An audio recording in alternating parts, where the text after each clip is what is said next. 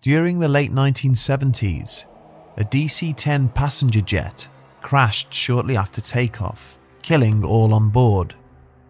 Little did anyone know it at the time, but in the days leading up to the tragedy, one man's disturbing dream would turn out to be a nightmare premonition. What are dreams? It surprises most people to know that even in this modern age of unrelenting discovery and innovation, we still don't fully understand what these brief moments of unconscious awareness are, or why they occur.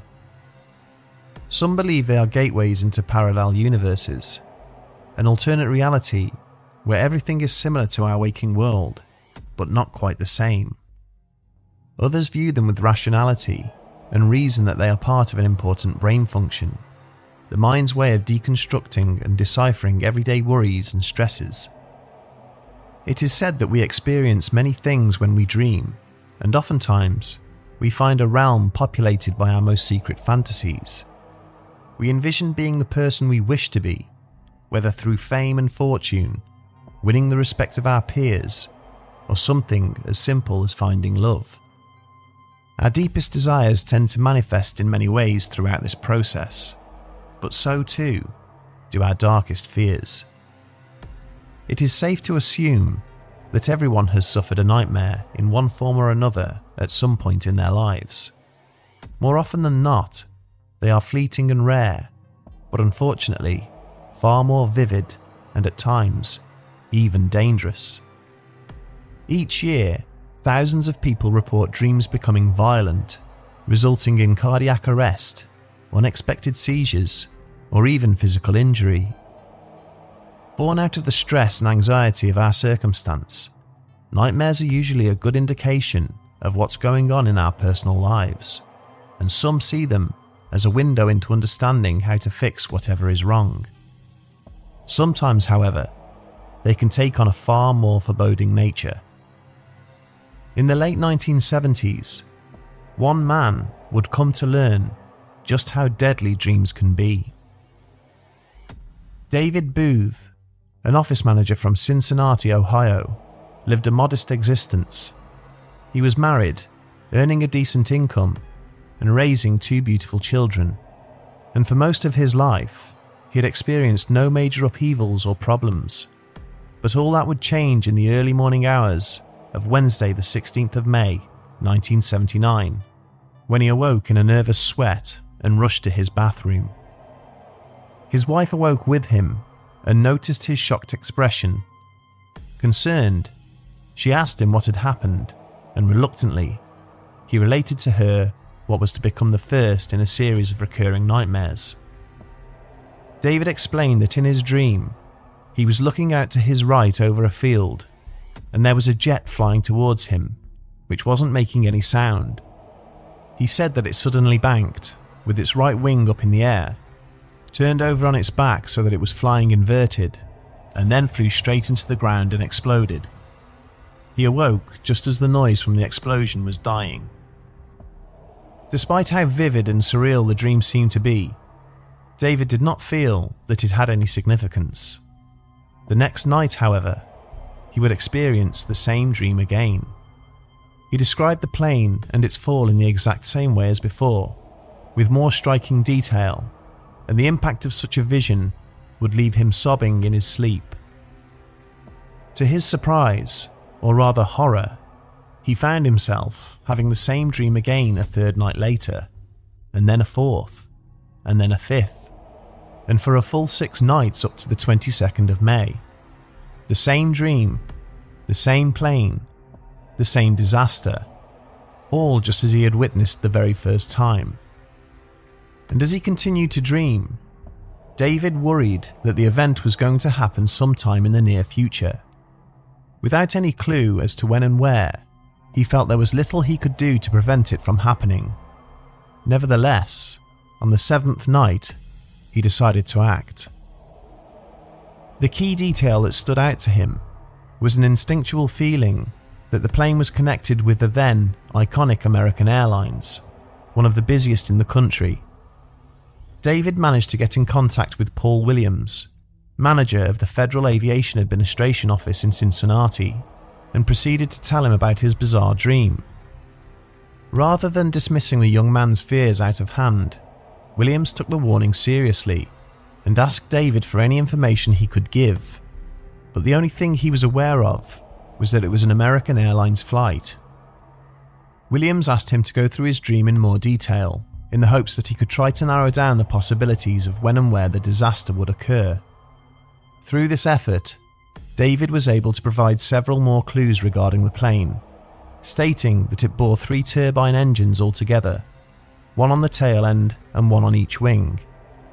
Using these details, Williams ascertained that the plane was a DC-10 jet aircraft, but unfortunately, nothing further could be determined. Meanwhile, for David, the dream persisted for 3 more nights, and with each occurrence, he began feeling overwhelmed by the trauma of experiencing the same tragedy night after night. Around the same time that he informed Williams of his visions, David also contacted a psychiatrist in the hopes of obtaining treatment for his ongoing affliction, which was beginning to take its toll on his psyche and cause him to question his sanity. Williams, meanwhile, brought the information to a number of flight managers at several nearby airports, but because nothing useful could be gained from the apparent lack of details, no one was realistically in a position to do anything about it. The following night, on the 25th of May 1979, David envisioned the dream once again, but when he awoke, he had the distinct and unshakable feeling that this was to be the last time. Resigning himself to this notion, he left work early that morning with mixed feelings. Deep within his soul, he somehow knew that his affliction was over, and for that, he felt relieved. Yet also, deep within his soul, he knew that somewhere out there, a tragedy was imminent, and for that, he felt despair.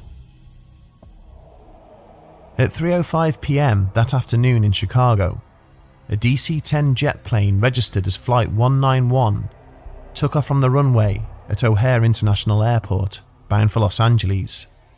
It took off normally and started its climb when, without warning, the plane rotated onto its side and flew out of control towards the ground.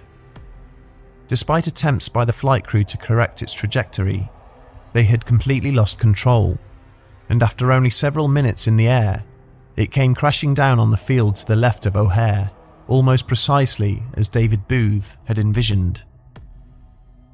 A total of 258 passengers, its 13-man flight crew, and 2 persons on the ground were killed in the tragedy, resulting in the worst and deadliest aviation disaster to have occurred in the continental United States. When the investigation was conducted, it was discovered that the engine on the left wing had separated mid-flight and had struck the rear of the jet, destabilizing its course and severing its hydraulic and electrical systems. This led to the slats on the left wing being jammed in position and resulted in the aircraft edging into an asymmetrical drag, which caused the right wing to lift higher than the left, ultimately inverting the plane and causing the loss of control. As if to heighten the mystery further, the last inspection, recorded on the 11th of May, 5 days prior to David Booth's dreams, showed that there were no existing problems, but these records were somehow lost in the aftermath of the investigation. The news hit David hard, and he almost suffered a nervous breakdown. In his own mind, he blamed himself for not doing enough to prevent the disaster. Although Williams and many other aviation officials assured him he had nothing to feel responsible for, David believed the lives of hundreds of people were lost that day because of his inability to act. A number of newspaper editors somehow learned of David's attempts to warn the FAA and his dreams foretelling the crash, and in the days that followed, they tried to contact him for his sensational story. He reluctantly gave a small number of interviews, which lasted only as long as the investigation into the crash. Afterwards, he all but disappeared from the media spotlight. As far as we know, David Booth never had any dreams of a similar nature ever again. Despite the horrific plane crash, O'Hare recovered from the disaster and continues even to this day to be a major airport within the United States, but gone from existence is the DC-10 jet aircraft. The crash of Flight 191 sounded the death knell for the plane, which many feel was not all that surprising in the slightest.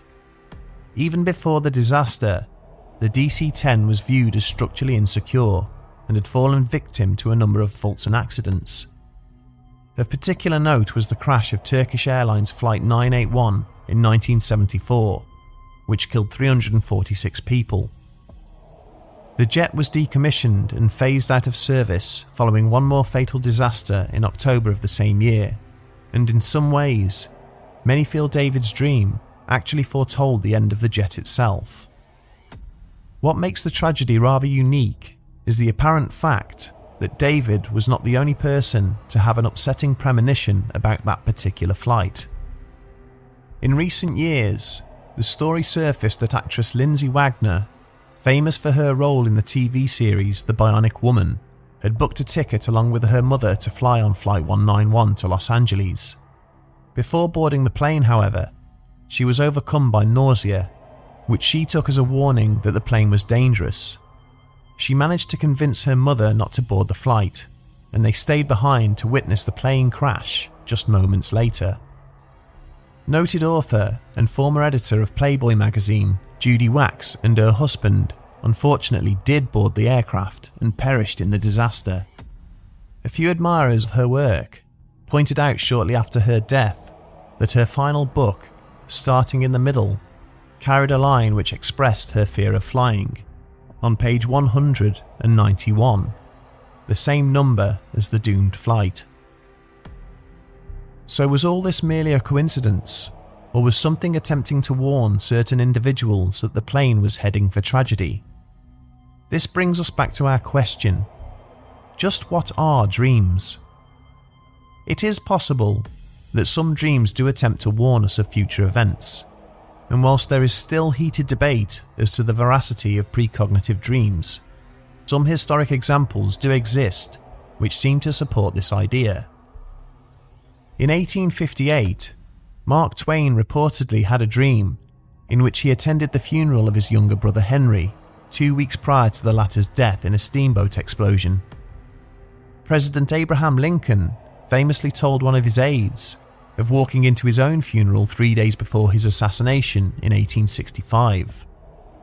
In 1898, writer Morgan Robertson published a novel which told of a brand new transatlantic luxury liner touted as unsinkable, which strikes an iceberg and sinks with a large loss of life in the month of April.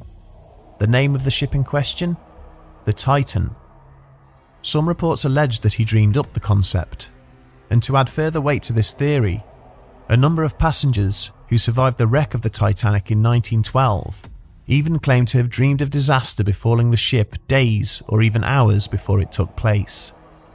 And finally, in October 1966, a little girl in the village of Aberfan, Wales, named Errol May Jones, related an experience where she dreamed something black coming down all over her school. The following day, a landslide of black wet coal slurry came crashing down onto the Pantglass Junior School, trapping and killing little Errol May and 115 of her schoolmates. At least 6 other persons in the surrounding towns and countryside were reported to have dreamed of the disaster just days before it took place. Most would argue that the majority of dreams and nightmares are not real to begin with, and whether pleasant or painful, rarely come true. Those that do are nothing more than mere coincidence. However, we can only ascertain that a nightmare lasting at least 10 days is strong evidence to suggest otherwise. If the case of David Booth is anything to go by, it also stands to reason that we should not take these dreams too lightly. One could argue that the alarming accuracy of some premonitions is rather telling. Something more is going on within these psychological processes. Philosophers, psychologists, and even scientists have postulated that what we perceive as reality is nothing more than a construct of the mind, that it does not exist outside of the body, but is created within the brain itself, an internal existence rather than an external one. For what if the thing you perceive as three-dimensional space is created solely within your mind? That everything you touch, taste, smell, see and hear is simply an electrical impulse detected and deciphered by your brain to give you only the illusion that what you perceive is real. After all, if you alter your senses regarding a particular object, does not your perception of that object's reality also change? And if we live by the rule that everything we perceive via our five senses, which incidentally are created and interpreted within the brain, is real, does this mean that our dreams, which are also created and interpreted within the brain, are also real? Could they be glimpses into an unconscious reality where every possible outcome is perceived, and that sometimes those outcomes manifest in our waking world? It is often said that life imitates art, but we would argue that art often imitates our dreams. Therefore, our dreams, and even our nightmares, are very much intertwined with our waking world. The question is, do our lives dictate the way we dream, or do our dreams dictate the way we live?